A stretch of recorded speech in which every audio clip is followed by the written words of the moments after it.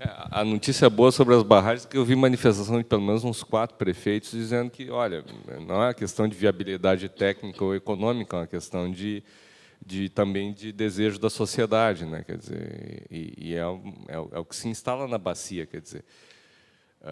Quantas vezes nós já tivemos na bacia o conflito de que Novo Hamburgo ou São Leopoldo ou as grandes cidades necessitam de mais disso ou mais daquilo e que se danem as pequenas. Eu acho que, pelo menos dessa vez, os prefeitos das pequenas cidades foram bastante corajosos e vieram a público se manifestar, colocando que não é nenhuma decisão deles, é uma decisão da população.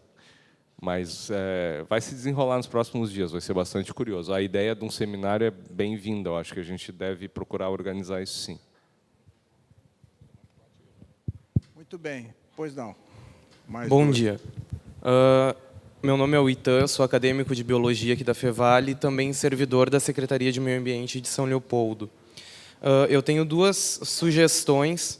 Na realidade, uma entra em consenso com o que o Fernando colocou, tanto sobre a questão das barragens como de portos no Rio dos Sinos, que é uma notícia que está sendo veiculada nos últimos anos.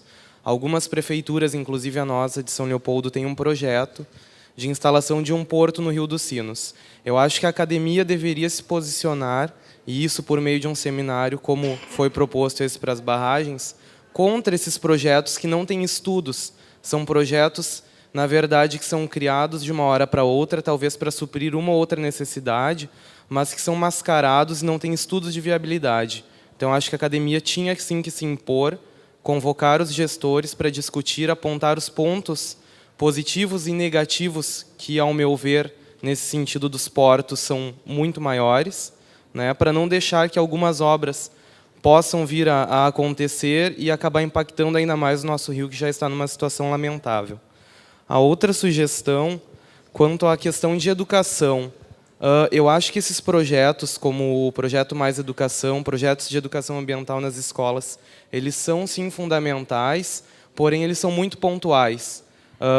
A baixa abrangência que a gente vai ter se começar a aplicar um projeto desses em uma, ou sugerir a aplicação em uma ou 2 escolas por município. Na realidade, no ensino de ciências, nós já temos a questão ambiental sendo tratada desde o início da formação das crianças. Eu acredito que o enfoque deveria ser revisto, e isso em âmbito nacional.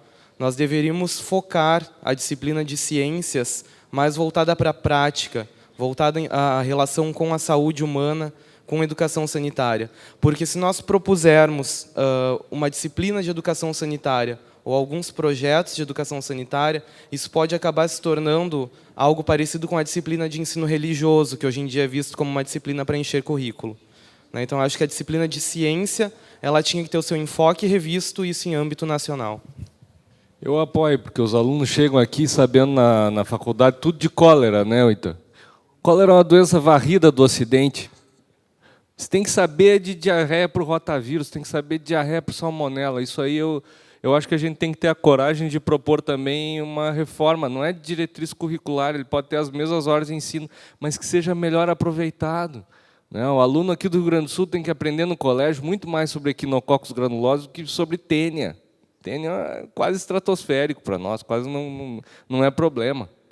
Então, eu concordo, acho que temos que ser corajosos nesse sentido. Não só um programa, como também, sim, rever. A gente precisa ter no colégio que ocorre na rua, né? E não algo que um livro americano diz que é importante para nós. Eu acho que tem toda a razão. Concordo plenamente. Eu tenho dito sempre que é preciso integrar mais educação ambiental e educação para a ciência. O mesmo caso para a educação sanitária. A abordagem deve ser mais sistêmica. Lá em São Carlos, nós estamos fazendo a experiência da floresta escola. Os alunos vão para o meio da floresta e fazem uma série de medidas, uma grande série de medidas para a educação para ciências e também educação ambiental, mostrando a importância da biodiversidade, a importância da floresta. Eu ponho uma pequena estação climatológica dentro da floresta e uma fora para comparar a umidade relativa dos dois e, com isso, mostra a importância da floresta na preservação da água, etc. Concordo plenamente. Eu acho que pode ser feita uma menção que na educação sanitária, essa educação sanitária seja incorporada à educação para a ciência em geral e tem um reforço de educação sanitária e de saúde humana na educação para a ciência. Christopher, I'm sorry, we are discussing topics for incorporation into the letter, Novo Hamburgo letter. And I discussed the general diagnosis, and then that includes the contamination, the fragility of the institutional system, the need for wastewater treatment, and then recommendations to the research sector and the public sector. And we just discussed the integration of science education and the sanitary education together, which I think it's appropriate. O que mais? Para o documento. Pois não, professora Karen. Muito obrigada. Bem, eu acho que a gente deveria pensar em aproveitar melhor uma ferramenta que a gente já tem, que são os comitês de bacia, que integram representantes da sociedade, do poder público, dos gestores de água e da academia, né? E utilizar o comitê de bacia como órgão de fiscalização também. Digamos que as obras que envolvem recursos hídricos, além de ter que ter o IEA-RIMA, tem que ter a aprovação do comitê de bacias. E aí isso dá poder ao comitê de bacia. Já é, né? Sem o comitê, por exemplo, quando houve essa manifestação das barragens, né, o comitê foi um dos mobilizadores. Sem o comitê, provavelmente, né, porque esse tipo de obra, ela logo encontra no âmbito do comitê uma resistência grande em virtude das manifestações da sociedade. Agora, todo o regime hídrico, especialmente na parte de vazão, necessita aprovação do comitê pela Lei Estadual dos Recursos Hídricos. Então, isso tem ocorrido ao longo dos anos. O que tem ocorrido também é a formação de outras instituições paralelas ao comitê que procuram deliberar sobre esse assunto. E isso é que é grave. Sim, mas tem que ter uma recomendação técnica do comitê. O comitê não tem poder de vetar, né? O comitê pode dizer que não ou que sim. Pode ter poder de veto. Sim, pode. Pelo CRH, ele se reporta ao comitê estadual e o Departamento de Recursos Hídricos hoje, especialmente o Departamento de RH do Estado hoje, se reporta muito aos comitês. Então, acho que nós estamos num momento institucional que a gente percebe essa força. O que falta, às vezes, realmente é o entendimento institucional de que nós moramos em municípios, mas vivemos numa bacia hidrográfica. E, às vezes, as vontades dos municípios vêm e se impõem sobre isso. Mas uma das coisas que eu acho que tem que ser reforçado realmente é o papel do comitê, nisso que tu coloca, sempre, sempre. Eu acho que de todos os comitês. E a gente ainda tem uma experiência relativamente boa. A gente sabe que tem outras áreas no Rio Grande do Sul, uns 30 e poucos comitês, onde essa não é a mesma situação, né? Às vezes o comitê é meia dúzia de pessoas de uma única instituição, infelizmente. Bom, mas talvez fosse interessante reforçar essa ideia, esse papel de fiscalização do comitê e de avaliação dos impactos das obras. Acho que pode ser reforçado. O que mais que vocês gostariam de sugerir para esse documento? Pois não? Ramiro? É o Ramiro e a Karen. O Ramiro e a Karen. O Ramiro. Eu acho de que uma das coisas que se tem que colocar es cobrar por objetivos. O professor Tucci ontem colocou uma coisa que me parece muito importante. Não fazer obra por obra, sino fazer obra em função a objetivos específicos e que tenha a sociedade a possibilidade de cobrar aos gestores objetivos cumpridos efectivamente para lograr as metas que a sociedade pretende de saúde da população e saúde do ambiente.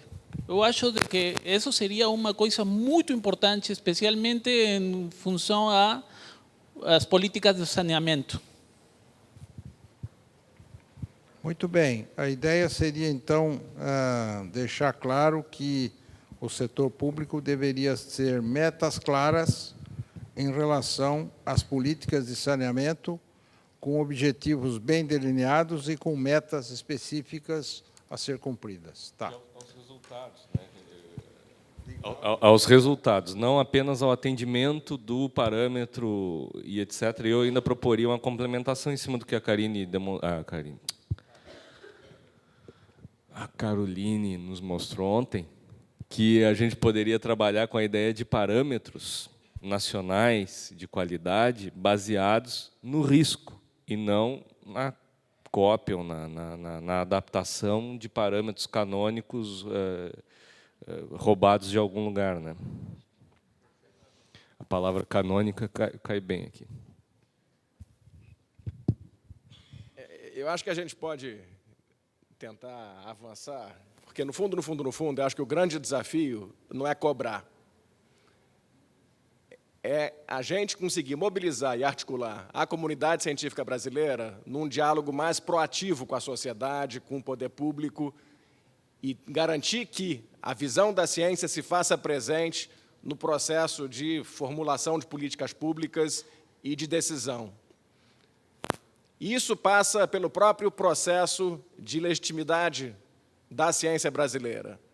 Então, eu acho que a postura nossa tem que ser muito mais uma postura de conseguir estabelecer o diálogo com a classe política, estabelecer o diálogo com o setor privado, estabelecer o diálogo com a sociedade, no sentido de fazer com que a voz da ciência e a comunidade científica brasileira se faça presente nessa discussão dos grandes desafios brasileiros. Então, eu acho que o nosso documento tem que ser um documento enxuto, tem que ser um documento curto, onde a gente, a todo momento, aponta para a construção e para o estabelecimento do diálogo.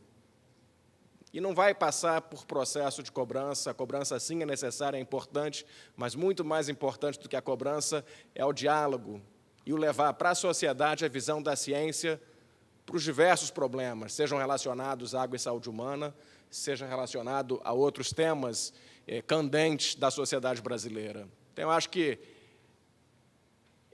essa reflexão do documento, eu acho que tem que apontar caminhos para que a gente possa fazer com que a visão da ciência esteja presente no documento. Agora, eu acho que tem que ser um documento que aponte, que tenha um diagnóstico, que aponte problemas e que apresente alternativas e canais como foram pensados nesses 2 dias. Eu acho que teve uma discussão muito interessante, que não necessariamente aparece no documento, não deve aparecer necessariamente, mas foi a construção de um simpósio mais amplo no ano que vem, envolvendo secretarias de meio ambiente, secretarias de saúde e a mídia. Na verdade, eu acho que é o desafio, porque não adianta a gente... É evidente, é óbvio que é fundamental que, em vez de 30 minutos de futebol, tenha também 5 minutos, 3 minutos de ciência. Agora, isso é falar o óbvio. Como que se constrói isso? E não é fácil, na verdade, globalmente a comunidade científica discute esse problema. Como que se constrói essa relação com a mídia? A gente agora teve, no âmbito da academia, uma experiência interessante e que não foi exitosa, no início desse ano, que foi a organização do Congresso da Rede Global de Academias de Ciências, que foi no Rio de Janeiro. E nós tivemos a preocupação de construir uma interlocução com a editoria de ciência dos principais jornais do Brasil, envolvendo eles no processo de construção desse congresso, colocando, inclusive, editores de ciências do Globo, do Estado de São Paulo, para coordenar a mesa. E, para nossa surpresa, sequer as mesas que foram coordenadas por eles foram pauta de jornal.